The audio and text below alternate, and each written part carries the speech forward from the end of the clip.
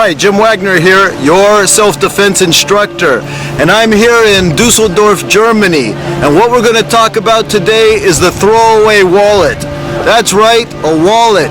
What about if you're robbed, especially on vacation or in a city you're not really trusting of, and a robber comes up to you and demands your wallet? You don't want to hand them your real wallet. First of all, your identification's in there. You don't want him going and racking up your credit card. Also, more important, you don't want him to know where you live. Maybe your address is in there. You don't want this guy coming back after he gets out of court, after he's arrested, and coming after you and your family. So what I do when I'm on vacation or when I'm in a city I don't really trust in my own country, I'm going to carry a throwaway wallet. And this is something I developed and I teach in my reality-based personal protection system. Now, I'm just going to walk along the street, and at some point I'm going to get robbed at knife point just to show you kind of what it looks like, how I handle the situation. Then I'm going to take you in the studio, show you step by step some tactics that you could easily learn and incorporate. So let's go.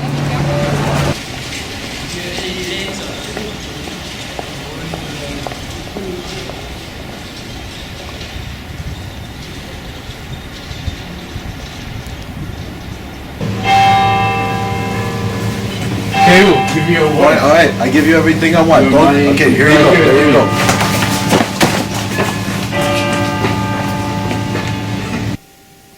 Now I'm in my school here in Solingen, Germany, and behind me is Jörg. He's going to be playing the bad guy. He's an armed robber, and he's going to be demanding money from Ajit. And of course, this is a typical robbery situation, and we're going to see how it plays out. Hey, du! Gib mir alle Geld! Los, raus damit! Ruhig, alles okay. Now, when Ajit was robbed by the gunman, he basically gave over his wallet. And of course, that's probably what you want to do in 80% of all the situations where there's an armed robbery. Basically, the guy wants money. He's going to take the money from you. He probably wants to go buy drugs. 70% of all crime is drug related. And you're probably going to be better off just giving it to him and letting him go. However, here's where the throwaway wallet comes in, and that is when you see in his eyes, you have that feeling he's going to shoot you. Or he's aiming the gun at you, and now he looks left, he looks right. Why is he doing this? He's obviously looking for witnesses. So there comes that point where you think he's going to shoot you. You just have that gut feeling. That's when you take the wallet and you throw it at him. Now, I'm going to let them demonstrate, and then we're going to break it down step by step. Hey, du! Ist okay, ruhig. Halt den Mund! Ja. Geld, sofort. Ja, ist okay. Ich leg's hier. Nein!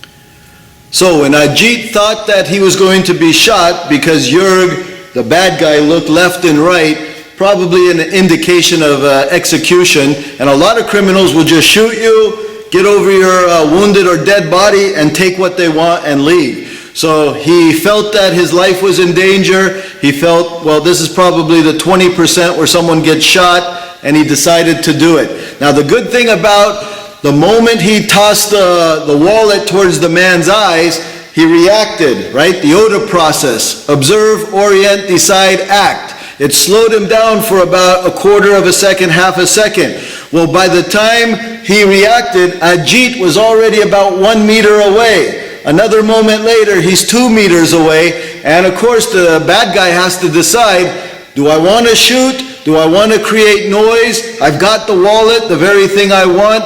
So a lot of things are going through the mind of the criminal too. However, you have to expect that he's going to start shooting as you move. Well, you can go one more step with your training, and this time use an air gun that shoots a 6mm plastic bullet, and of course you need face protection for the person who's the victim, and this time Jörg, who is our robber, is going to come with an air gun, and now he's actually with a gas-operated gun going to be shooting Jeet as he runs away. Now the main thing is, as he's running, hopefully he doesn't get hit in a vital organ, but maybe he only gets wounded in the arm. Maybe the bad guy misses altogether. Maybe the gun malfunctions. Or you could always go further into our study in crime survival or terrorism survival and start learning how to avoid a gunman. So let's take a look at this and how it plays out. Hey, du! Ja, dich, komm! Ja. Gib mir dein Geld! Ja. Soll ich es auf den Boden legen? Nein, gib mir dein Geld!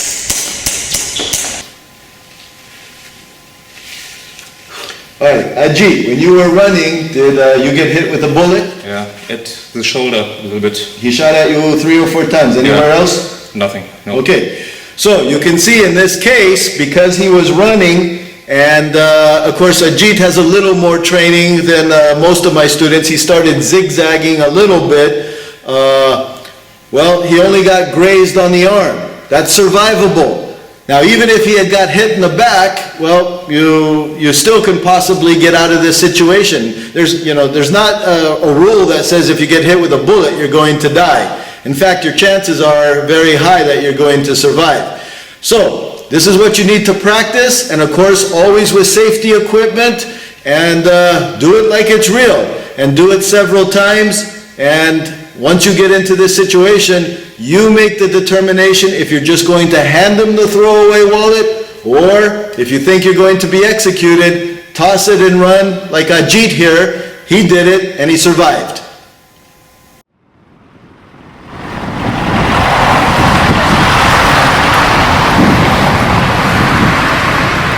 All right, we've jumped over to Carre, Italy. Now, let me explain a little bit what exactly is inside my throwaway wallet.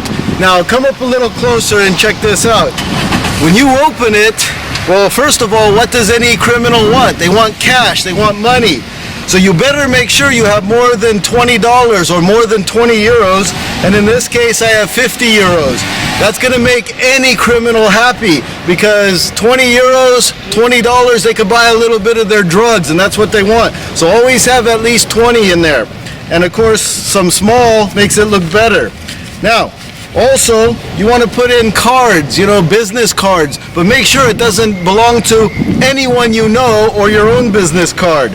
Also, stick in some receipts. Have some receipts. Now, this particular one is from Atlanta, Georgia, and I just picked this up while I was in a shop. But then again, it's nothing from my home. I don't want anyone tracking me. There's nothing in this wallet that has my identification in it. Now, if you look here, it's a credit card, but it's not a real credit card. If you take it out, on the bottom, it says, your name here. It's just one of those publicity things that they send you, so it looks like a real credit card. Now, when you hand this to the criminal who wants your wallet, and again, I take it, and here you go, here's my wallet.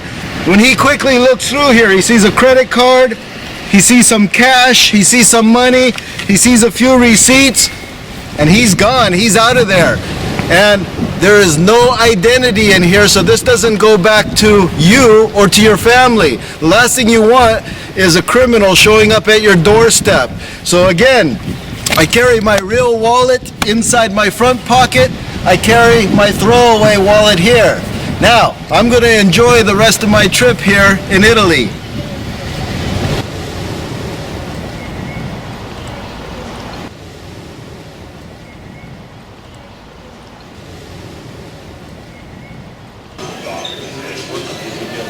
Here we are back in Germany in a restaurant so that I can share with you a very important tip.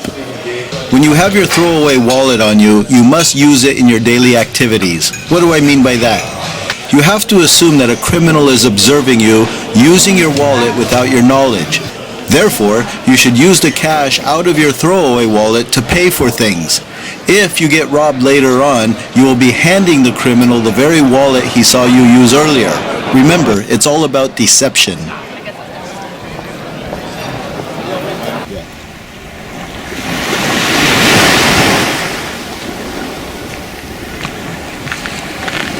All right, I'm in Temeth, England, and I'm along the coast here, and this is in Devon. And let's talk about what's in the wallet here. Now, in my real wallet, I have what's known as a incident recollection card.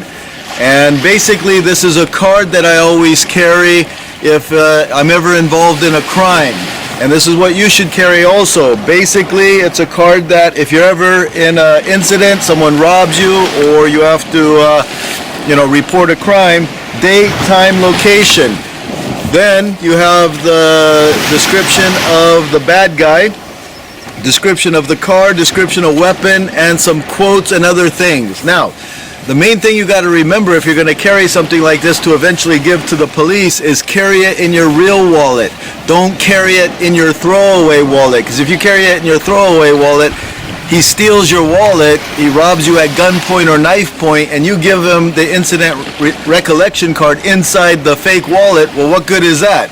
So keep it in your real wallet, give the bad guy your throwaway wallet, and then you'll have something, obviously, to write and report to the police. Now, if you don't have an incident recollection card, while the police are rolling and while you're waiting, write down the description of the bad guy, write down some of the details, especially quotes. Make sure you quote, and then when the police come, you'll have all this laid out for them, and you'll be able to accurately give what happened during the scene, chronological order, and a description of the bad guy.